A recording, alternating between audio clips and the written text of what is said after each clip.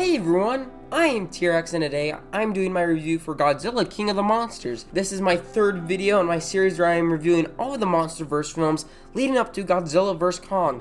I have recently reviewed Godzilla 2014, the link is up there so you can click it and watch my review. My most recent video is my review of the film Kong Skull Island, which is another MonsterVerse film in this universe, and I did a review if you want to see that as well. This is the part where I usually tell you what my next review is going to be, but I'm going to be taking a bit of a break. So next week there are not going to be any reviews on this channel. I usually do a video on Tuesday and Friday and Saturday, but next week I'm just not going to. This isn't me saying I'm falling out of love with YouTube or guys, my life is just too hard, I can't do this. No, I'm just going to be gone for the next week. So there's not going to be a video either tomorrow. So just expect the week after this to have no videos. And then after that, when I get back, we'll have the normal Tuesday, Friday, and Saturday video back. Hope that makes sense. And with that out of the way, let's get into my review of Godzilla King of the Monsters. First off, Godzilla King of the Monsters is a sequel to the film Godzilla 2014, and this time Michael Dougherty, I hope I said that right, is helming the film as director. This is interesting though, as the director of Godzilla 2014 didn't return. Most of the main cast didn't return other than Ken Watanabe and Sally Hawkins. And Godzilla returned, I guess, if that counts, and none of the screenwriters from Godzilla 2014 returned. This film is a sequel, but this also feels like a complete clean slate. It feels kind of separated from Godzilla 2014, even though it's a direct sequel, so this is a very different type of sequel. Now, let's get into the narrative. So, after the destruction of San Francisco and Godzilla, Monarch, the organization, is now coming under fire from the government about Godzilla, only for new monsters to appear that are bigger and badder than before, leading to Monarch needing Godzilla now more than ever. Now, this film's storyline is basically non-existent. This film is all over the place when it comes to narrative. The overall story doesn't feel like it is progressing, it just feels like we are jumping from place to place because we can and want to see interesting scenes. There's no plan for these characters and they have no motivation. What happens throughout this entire film is, oh, there's a problem pop up over there. Oh, we're gonna go fly over there and see that. Oh, something else happened. We're heading over there. We need to go back here. The narrative just is really unfocused. We also have so many storylines that we don't really focus enough on the main one about Godzilla. There are so many side plots. The government's mad at Monarch. That is almost instantly dropped. And now there's a new terrorist organization who wants to deal with monsters. That's in there now. There are now more Monarch bases we need to go to and explore, and they've been hiding new monsters. By the way, don't forget 3 new monsters are introduced in this film. We also need to remember that Godzilla has his own film here, and he has his own plans. We need to really develop him. There's a new technology that allows us to talk to these beasts, and their characters need to talk about that. There's just too much. It's just too much in this film. There are so many things in this film, and it is so crammed that there's no focus. The narrative is extremely lacking because there just isn't focus. There's no progression because every 5 seconds we introduce a new thing. Instead of actually just following one narrative and just going through that through entire film and maybe cutting into a side plot or two, we have 8,000 ideas firing and begging for an attention in a film that is barely over 2 hours. That is not that long of a movie, and the fact that they have this many side plots crammed in here is just too much. It makes it feel so unfocused. This also leads to the pacing being just all over the place as we cut from strike teams to terrorists to scientists to Godzilla to government to apocalyptic cities, and the film is just so inconsistent. Now, I don't really want to compare this with Godzilla as I don't love that film, but compared to this movie, it looks like a masterpiece when it comes to this one.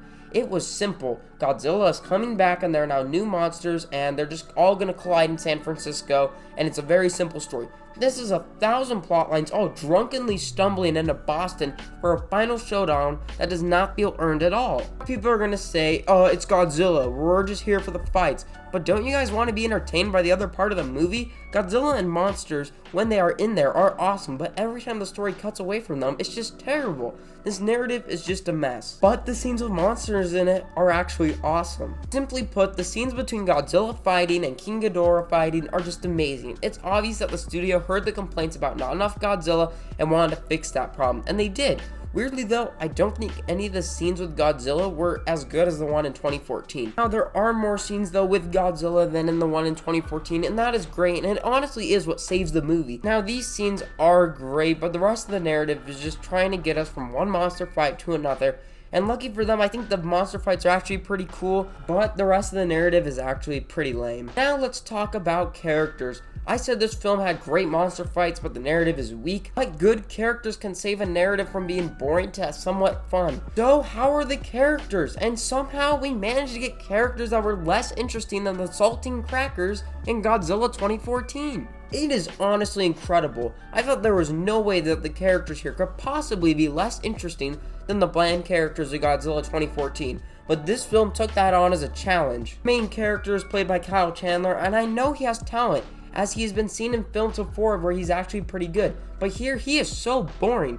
Like, he is your every typical guy who had a problem but is good now. His wife is even worse, and her personal motivations are actually some of the stupidest ideas that a character has ever had. I won't reveal them because of spoilers, but they are honestly so dumb. Even Millie Bobby Brown's character is really not interesting, and that really is a bummer because I really like Stranger Things and she's really good in it, and it's really disappointing to see her just be so uninteresting in this. Now, Ken Watanabe and Sally Hawkins actually come back for this film. They get a bit more to do here, and I like them. Just as actors, I think they're really interesting, so they're fine, they get a pass. But in a way, I kind of feel that they really wasted Ken Watanabe's character, and he kind of feels like what Bryan Cranston felt like in Godzilla, as he was a really decent character that was just kind of wasted. Also, you have Thomas Middleditch from Silicon Valley making dumb jokes the entire time. I just didn't really like him. You also have Bradley Whitford as this other character making comedic jokes. These characters are supposed to be comic relief, but their scenes really made the whole film just feel inconsistent, and I just did not really enjoy these type of characters where they were just supposed to be funny the entire time. Now, the final characters, arguably the most important characters, are the monsters. I consider these major characters as they are in the movie quite a bit, and let's start off with Godzilla. He's awesome. Weirdly, he feels like he has a lot of character progression.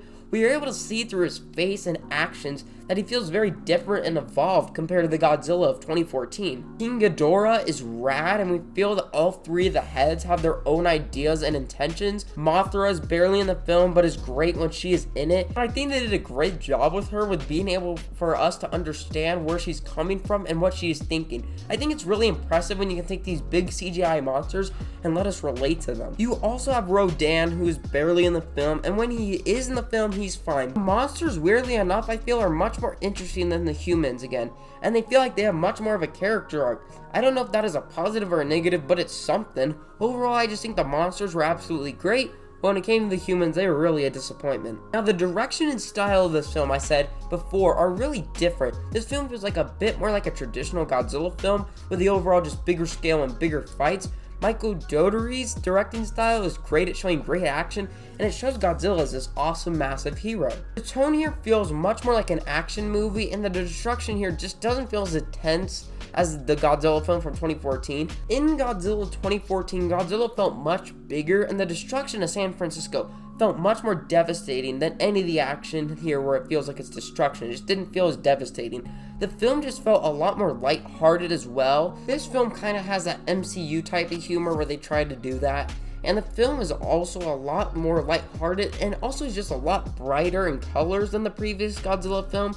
This does lead though to some fantastic looking scenes with amazing contrast and awesome lighting. Like, some of these scenes are just jaw-dropping. Like, the visuals in this film are just incredible. Overall, this film went in a very different direction, and I think that there are some things that it did better and some things where it's just the direction maybe wasn't as good. This film in general feels like a few great scenes stitched together with a messy narrative and uninteresting and flat characters. The monsters are fantastic, and the fight scenes are cool, and the visuals are amazing, but they have no impact since there's nothing more than surface level action. Best monster movies, in my opinion, have awesome monster scenes that feel like massive payoff instead of just trying to slug our way towards a monster scene because they're the best part of this movie. And I really wanted to enjoy this film. I thought with these new awesome monsters that we could have a great sequel that could have really improved upon the original 2014 film, but it just ended up making way more mistakes than actual improvements. So with that, I'm going to say that Godzilla King of the Monsters is underwhelming. For me, it's not bad because of the great monster fights and along with the very good visuals and cinematography as well. Anyways, now it's time for some of my movie recommendations. If you like the action here and want a story that makes the action really feel like payoff, I recommend Pacific Rim. And if you just want a monster movie with at least likable characters while keeping the awesome monster action that this film had, I recommend Kong Skull Island, and I did a review for that if you want to check that out. Anyways, I want to hear your thoughts on Godzilla King of the Monsters. This film is actually pretty decisive among fans, so I would love to hear your opinions down below in the comment section. Also, remember to share this video with someone who likes big lizards fighting big three-headed dragon lizards. I won't have a video out next Tuesday, as I said before, so when my next video comes out, I'll see you then. Bye.